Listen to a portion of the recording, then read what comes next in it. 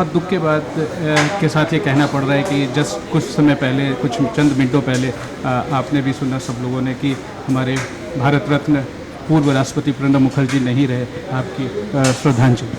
आज भारतीय जनता पार्टी के दफ्तर में ई बुक का लॉन्चिंग का कार्यक्रम था।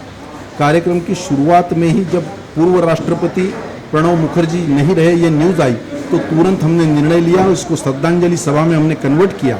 वो हमारा प्रोग्राम हमने पोस्टपोन किया। प्रणब मुखर्जी अपने 84 इयर्स के कार्यकाल में जिस प्रकार का कार्यकाल उन्होंने किया है, उनके परफॉर्मेंस से, उनके विजनरी सोच से, जब जब देश में कभी क्राइसिस आता था तो जिनको याद किया जाएगा ऐसा उनका व्यक्तित्व था। अटल जी जब देश के प्रधानमंत्री थे तब भी इस देश में कई कई विषयों में उन्होंने अपना जो योगदान दिया था वो अबव पार्टी पॉलिटिक्स था। वो राष्ट्रपति रहते हुए जब मैं उनको मिलने गया था और उत्तराखंड की सरकार कांग्रेस के अल्पमत में आ गई है, आप राज्यपाल के लिए कोई आदेश दीजिए, ये जब हमने कहने गया तब उन्होंने अपनी कांग्रेस पार्टी का पुराना प्रेम छोड़कर जिस प्रकार की भूमिका ली थी जो संविधान के अनुसार थी, उसमें मैंने देखा था कि इतने बड़े पौधे पर रहने वाला आदमी इतना विनम्र और इतना अनुशासित रह सकता है, ये उनके व्यवहार से हमने देखा है। सर, हमारे पूर्व राष्ट्रपति प्रणब मुखर्जी के बारे में ऐसी कोई भी सरकारी पोस्ट नहीं है जो उन्होंने सुशोभित नहीं किया।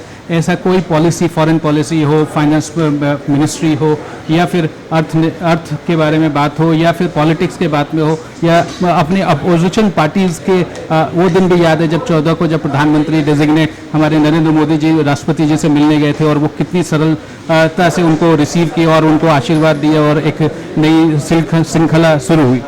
डॉक्टर राधाकृष्णन जी के स्मरण में पूरे देश में 5 सितंबर ये शिक्षक दिन के रूप में मनाया जाता है। ये 5 सितंबर को जब वो राष्ट्रपति थे तो राष्ट्रपति भवन के एरिया के स्कूलों में जाकर बच्चों को पढ़ाने का काम भी उन्होंने किया और इतनी विनम्रता तो मैंने पहली बार देखी। अपना धार्मिक संस्कार, यहाँ की रीति नीति, इस प्रकार के संस्कार कभी उन्होंने छिपाए नहीं। अपने नवरात्रों में वो जिस प्रकार का व्रत रखते थे और अपने गांव में अपना पूरा परिवार इकट्ठा करते थे, वो उनकी फोटो पूरे देश ने देखी है। तो मुझे ऐसा लगता है कि अबव पार्टी पॉलिटिक्स रहने वाला इस प्रकार का ये व्यक्तित्व था। उनके जाने से पूरे देश की क्षति हुई है।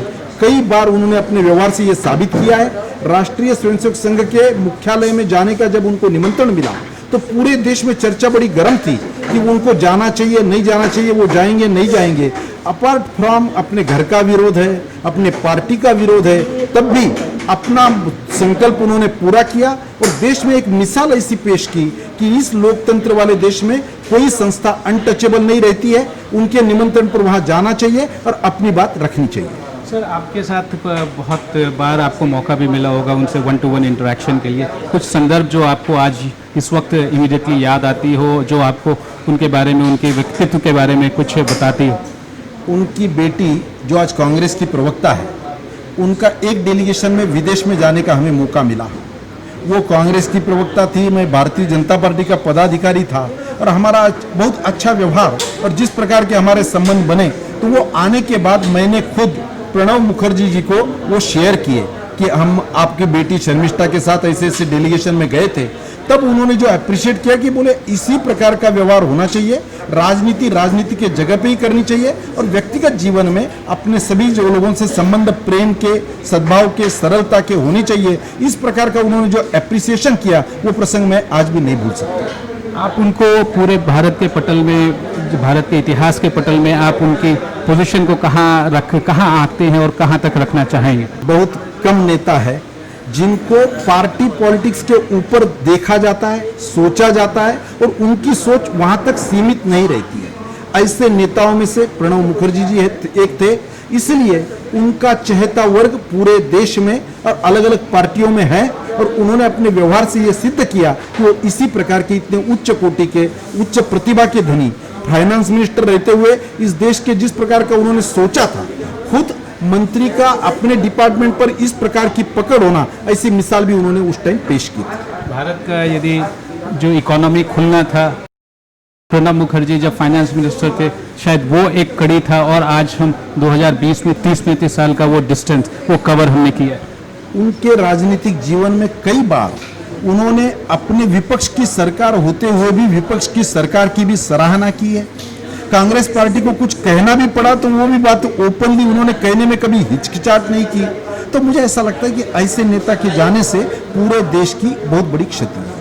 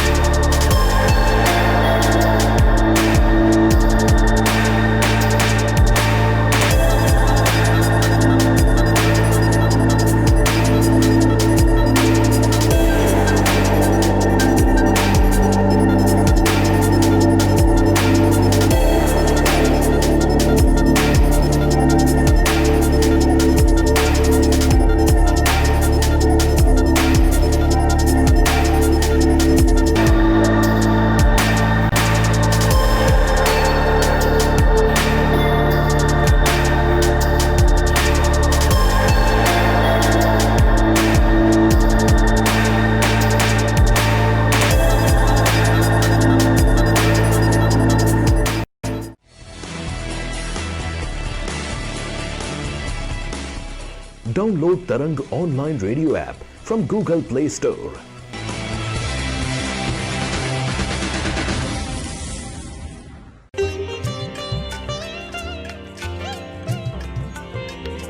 You are listening to Tarang Devotional Online Radio.